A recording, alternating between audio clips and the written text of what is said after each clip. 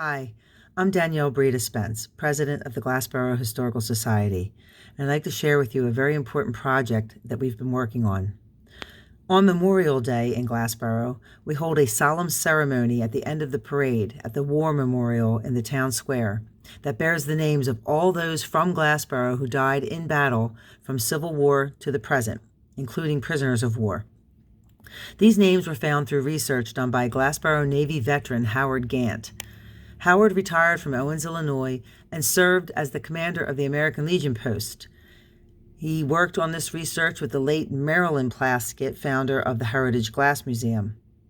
Just think, they did all this research before the internet, the old-fashioned way, at the library, going through microfiche, and at the Gloucester County Historical Society Library.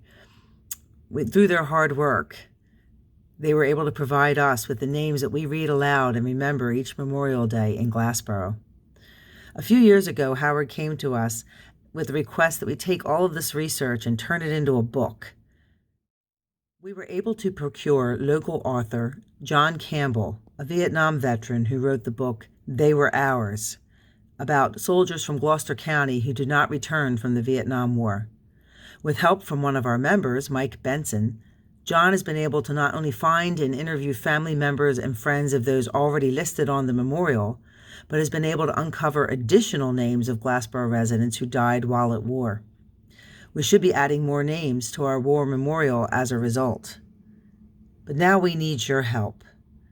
We ask that you consider making a donation to support the Glassboro Fallen Heroes Book Project.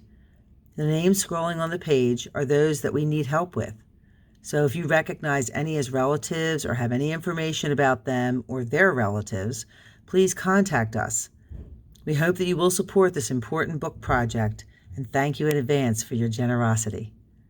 Next, please enjoy an excerpt from Glassboro's Fallen Heroes, read by author John Campbell. I already died once and came back. Now it's my time to live and enjoy it. That was Bill Scapiti's greed when he got home after 3.5 years in captivity at the hands of the Japanese. First in the Philippines and then in Japan. In April of 1942, Japanese forces scored a major victory in the Philippine Islands. Bill became one of approximately 70,000 American and Filipino prisoners forced to march 50 to 60 miles in what became the infamous Bataan Death March. Over 2,000 prisoners died and countless were wounded by their guards. They were tortured, beaten, and shot point blank for falling out of line or asking for water or food. It was the worst experience I ever had, Bill said. You didn't even know if you were going to live from one day to the next. Bill described an incident that stood out forever in his memory. I fell out of line and a guard came over and hit me in the back of his neck with his rifle butt. I fell down, and this prisoner named Red, because he had red hair and beard, came over and lifted me up. It was someone in trouble. We would try to help them out. Having survived the march, Bill was first sent to Manila, where he worked 20 hours a day unloading cargo ships. He was transferred after a few months to a prison camp in Osaka, Japan. In his world of inhumane madness, Bill found a bit of humidity in a Japanese guard. We worked in the mines, in a dark and damp and grungy cave. We picked for iron ore.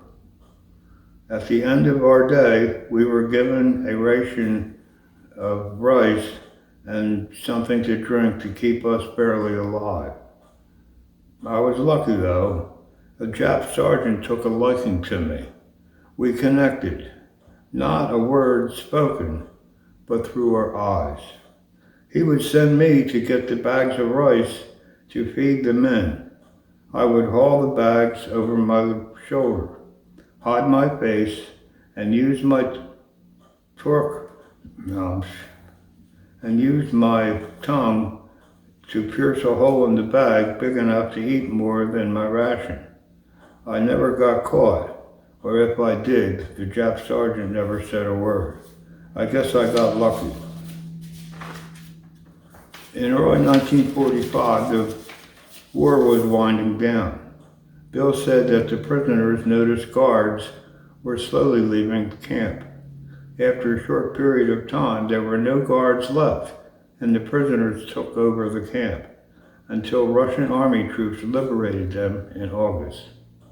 Bill had lost almost 70 pounds.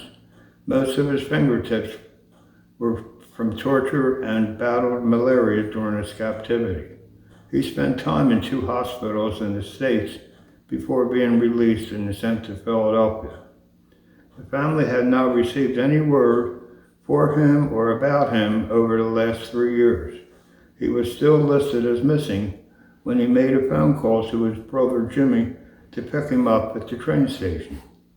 The family thought he was dead, so Jimmy assumed it was a cruel prank.